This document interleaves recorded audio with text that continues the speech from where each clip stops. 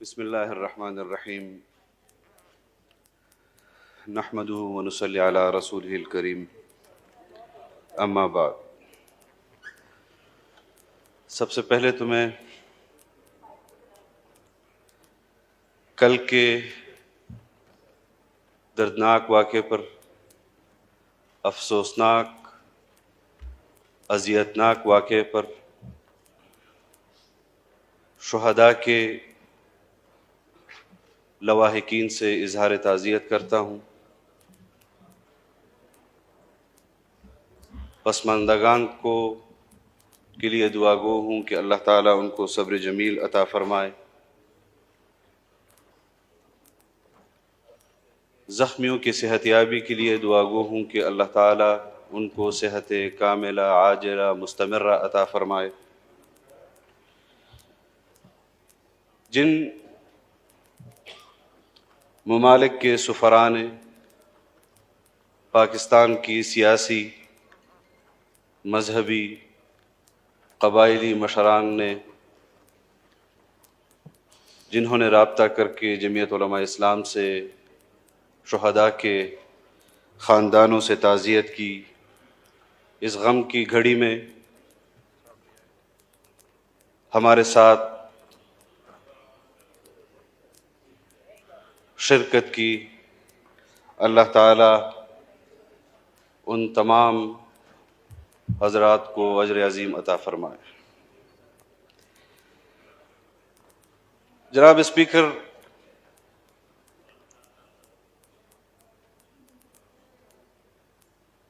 جمعے کے ہفتے کے روز میری قیادت بیرونی ملک دورے پر گئی۔ چند روز کا بیرونی ممالک کا دورہ تھا۔ ابھی ایک دن بھی نہیں گزرا تھا کہ ہمیں اس خوفناک واقعے کی خبر موصول ہوئی۔ آج مجھے واپس آنا تھا۔ سی پیک کی 10 سالہ تقریبات کے حوالے سے جو مہمان پاکستان لائے ہیں چائنا سے، ان کے اعزاز میں، اور کل ایک ایسا واقعہ پیش آیا جس نے پورے ملک کو، پورے خطے کو رنجیدہ کر دیا، غم سے نڈھال کر دیا۔ ہر طرف سے جو پیغامات جمعیت علماء اسلام کی قیادت کو، آپ کو بذات خود اسپیکر کی حیثیت میں، حکومت کو جو ہمدردیاں پاکستان کے ساتھ الفاظ کی صورت میں، تعاون کی صورت میں اظہار کی جا رہی ہیں، میں سمجھتا ہوں کہ کل کا واقعہ اور اس سے قبل جو واقعات ہوئے ہیں پاکستان کے اندر، ان میں سے کوئی واقعہ ایسا نہیں ہے جو کسی پر ذاتی حیثیت میں ہوا ہو، جو کسی پارٹی پر ہوا ہو، جو کسی گروہ پر ہوا ہو، جو کسی تنظیم پر ہوا ہو، بلکہ یہ تمام حملے بشمول کل کے حملے کے، یہ پاکستان پر حملہ ہے، یہ پاکستان کے امن پر حملہ ہے، یہ پاکستان کی معیشت پر حملہ ہے، یہ پاکستان کی جمہوریت پر حملہ ہے، یہ بے گناہ مسلمانوں پر حملہ ہے، یہ بے گناہ امت مسلمہ پر حملہ ہے۔ آج امت مسلمہ کی جو دنیا بھر میں حالت ہے، وہی پاکستان کے اندر حالت ہے۔ اور ایک ہفتہ قبل یا 10 روز قبل جب یہاں پر مشترکہ اجلاس منعقد ہوا، جناب اسپیکر، آپ کی موجودگی میں باجوڑ کے اندر جو صورتحال تھی، قبائل کے اندر جو صورتحال تھی، ان تمام صورتحال کے حوالے سے میں نے وہ تمام معلومات اس ایوان کے سامنے رکھی، حکومت کے سامنے رکھی کہ ہمارے قبائل وہ جل رہے ہیں، ہمارے قبائل میں سیاسی کارکنوں کو جو آئین کے ساتھ کھڑے ہیں، جو جمہوریت کے ساتھ کھڑے ہیں، جو پاکستان میں ایک آئینی جدوجہد کے لیے، جمہوری جدوجہد کے لیے قوم کو دعوت دے رہے ہیں، ان کو مسلسل نشانہ بنایا جا رہا ہے۔ اور اس میں سر فہرست جناب اسپیکر کل کے واقعے سے پہلے گزشتہ 1.5 سال کے اندر یا 2 سال کے اندر 19 شہادتیں صرف جمعیت علماء اسلام کے ذمہ داروں نے دی، عام کارکن بھی نہیں جناب اسپیکر، وہ ذمہ دار ساتھی کہ جو اثر و رسوخ رکھتے تھے، وہ علماء کرام جو مقتدا کی حیثیت سے وہاں پر اثر و رسوخ رکھتے تھے، انسانی جان، اس کی اہمیت اور اس کا احترام اس کو انسان ہی سمجھ سکتا ہے۔ کل جو واقعہ ہوا آپ نے خود بھی شاید اس کی ویڈیوز دیکھی ہوں گی، میں نے ایک ویڈیو اس میں کھولی جناب اسپیکر، ایوان کو بتانا چاہتا ہوں۔ لوگ پگھلے ہوئے زمین پر پڑے ہوئے تھے، کسی کا سر پڑا ہوا تھا، کسی کے پاؤں پڑے ہوئے تھے، کسی کے ہاتھ پڑے ہوئے تھے۔ میں خود نہیں دیکھ سکا جناب اسپیکر کہ وہاں پر کس قسم کے لوگوں پر کرب اور اذیت گزری ہوگی، اور ایک ایک خاندان سے 3 لوگ شہید ہوئے ہیں۔ باپ شہید ہوا ہے تو بیٹا بھی شہید ہوا ہے، بھائی شہید ہوا ہے تو دوسرا بھائی بھی شہید ہوا ہے۔ قبائل باجوڑ کے اندر خصوصاً جناب اسپیکر ایسے گھر جمعیت علماء اسلام کے رہ گئے ہیں جہاں پر ان کے گھروں میں مرد اب باقی نہیں رہے، تمام خواتین رہ گئی ہیں۔ کیا مذہب کی آڑ میں آپ اپنی ریاست کی ذمہ داریوں کو بھول جائیں گے؟ کیا ہمارے قانون نافذ کرنے والے ادارے اپنی ذمہ داریوں کو بھول جائیں گے؟ کیا ان کو احساس ذمہ داری نہیں ہوگا؟ جب 10 دن پہلے میں نے آپ کو اس ایوان میں نشاندہی کی، جناب وزیر اعظم صاحب کی موجودگی میں نشاندہی کی، وزیر داخلہ صاحب کی موجودگی میں نشاندہی کی، اس کے باوجود بھی ہم جیسے ایک بے اثر سی آواز ہے اور ہماری آواز کی کوئی قیمت، کوئی قدر نہیں ہے، اس کے باوجود قبائل کے اندر کل کا واقعہ رونما ہوا۔ کیسے رونما ہوا جناب اسپیکر؟ کیسے یہ ممکن ہوا کہ اربوں روپے ہمارے اداروں کو سالانہ اسی ذمہ داریوں کے لیے ملتے ہیں، اور ہمارے وہاں پر قبائلوں کو جو جس تکلیف اور کرب سے گزرنا پڑ رہا ہے۔ اس سے قبل خیبر ایجنسی میں علی مسجد کا واقعہ ہوا، وہاں پر قرآن کریم کو شہید کیے گئے، مسجد کو شہید کیا گیا۔ تیرا میں آج سے 4 روز قبل ایک امن کے نام پر قبائلی عوام نے از خود ایک اجتماع کیا جناب اسپیکر، لوگ گھروں سے نکلے، اس اجتماع کے اندر جو الفاظ استعمال کیے گئے ہیں، جو باتیں کی گئی ہیں، ان کو میں یہاں پر آپ کے سامنے ذکر نہیں کر سکتا کہ کس طرح میں ان الفاظ کو یہاں پر آپ کے سامنے پیش کروں، لیکن پیش کروں گا جناب اسپیکر، ذمہ دار فورم پر کروں گا، اور یہ احساس دلاتا رہوں گا کہ کیوں ہم اس پر خاموش ہیں، کیوں ہم اس احساس ذمہ داری کو نہیں سمجھ رہے ہیں۔ حکومت چلی گئی، افغانستان کے اندر امارت اسلامی کی حکومت آئی، پاکستان ابھی تک فیصلہ نہیں کر پا رہا جناب اسپیکر کہ ہم نے کیا فیصلہ کرنا ہے افغانستان کے حوالے سے۔ وہاں پر جو لوگ ٹی ٹی پی کے حوالے سے یا دوسری عسکری تنظیمیں پاکستان کے اندر مسلسل مداخلت کر رہی ہیں، اس کے حوالے سے ہم نے کیا کرنا ہے۔ میں گواہ بنانا چاہتا ہوں یہاں پر وزراء کرام کو کہ ہمارے پاس ذمہ دار اداروں کے لوگ آئے، ہم سے کہا کہ ہم نے بات چیت شروع کی ہے، آپ ہمیں اجازت دیں۔ ہماری کابینہ نے ان سے کہا کہ اگر آپ نے مذاکرات شروع کیے ہیں تو اجازت آپ کو ملی ہوگی. انہوں نے کہا کہ ہمیں زبانی اجازت ملی ہے, آپ ریٹن میں ہمیں اجازت دیں. اور کچھ مہینہ بھی نہیں گزرا تھا کہ پاکستان کے اندر, قبائل کے اندر, بلوچستان کے اندر پھر سے یہ دوبارہ چیزیں شروع ہوئی. لوگ آنا شروع ہوئے, وہاں کے لوگ گواہ ہیں اس بات پر کہ شاید مذاکرات کامیاب ہو گئے, اور مذاکرات کامیاب ہونے کے بعد امن پر اتفاق ہوا ہے. جب یہاں کارروائیاں شروع ہوئی, ہمیں جواب دیا گیا کہ مذاکرات تو ناکام ہو گئے. 1600 کلومیٹر بارڈر پر باڑ لگائی گئی ہے. 1600 کلومیٹر پر کیسے ممکن ہے کہ پاکستان کے بارڈر کو پار کر کے پاکستان میں اس قسم کے واقعات ہو سکتے ہیں؟ اور ہمارا کل کا اجتماع امن کے عنوان سے جناب اسپیکر اس کا انعقاد ہوا,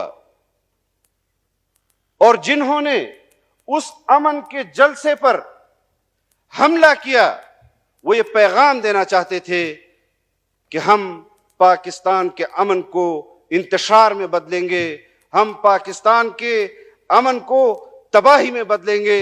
لیکن جمعیت علماء اسلام,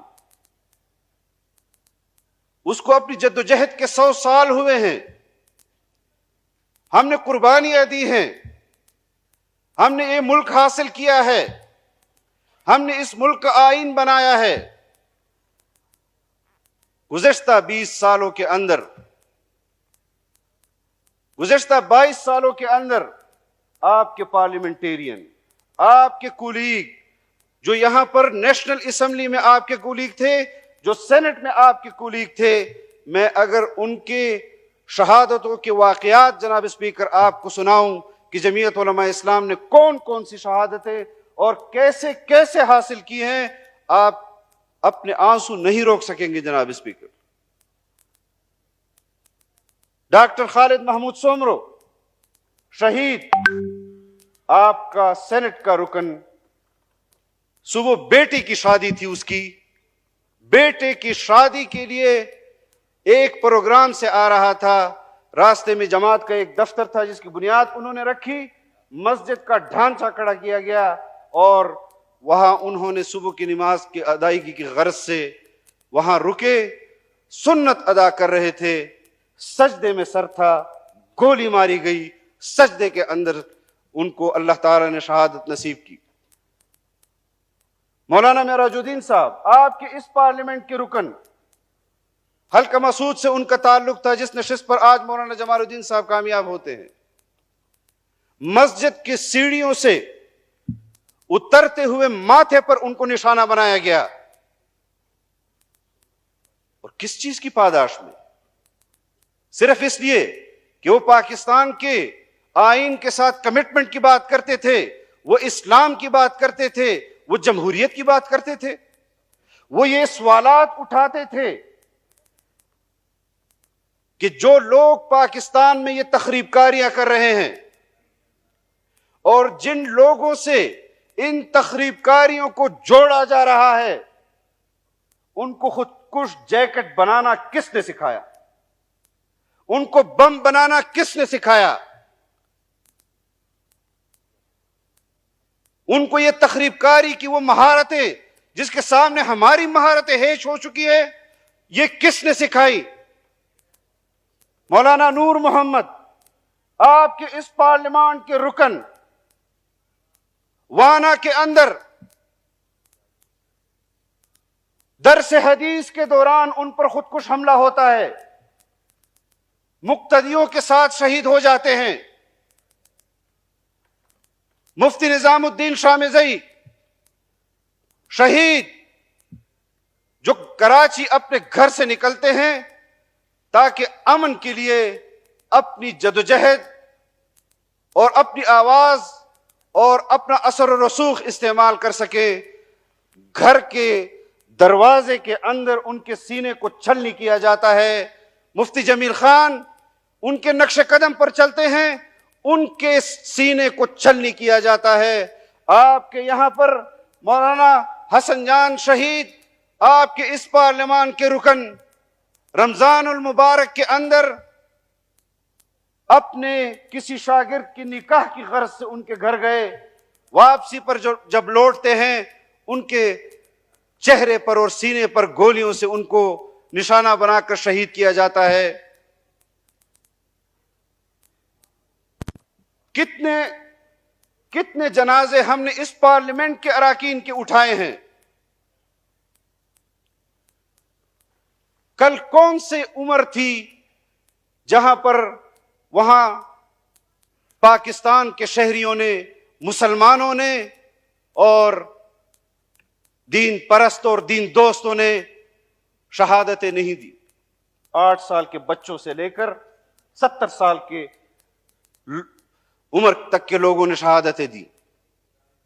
ابھی 1 گھنٹہ پہلے تک شہادتیں 46 ہو چکی ہیں، کرٹیکل ہیں،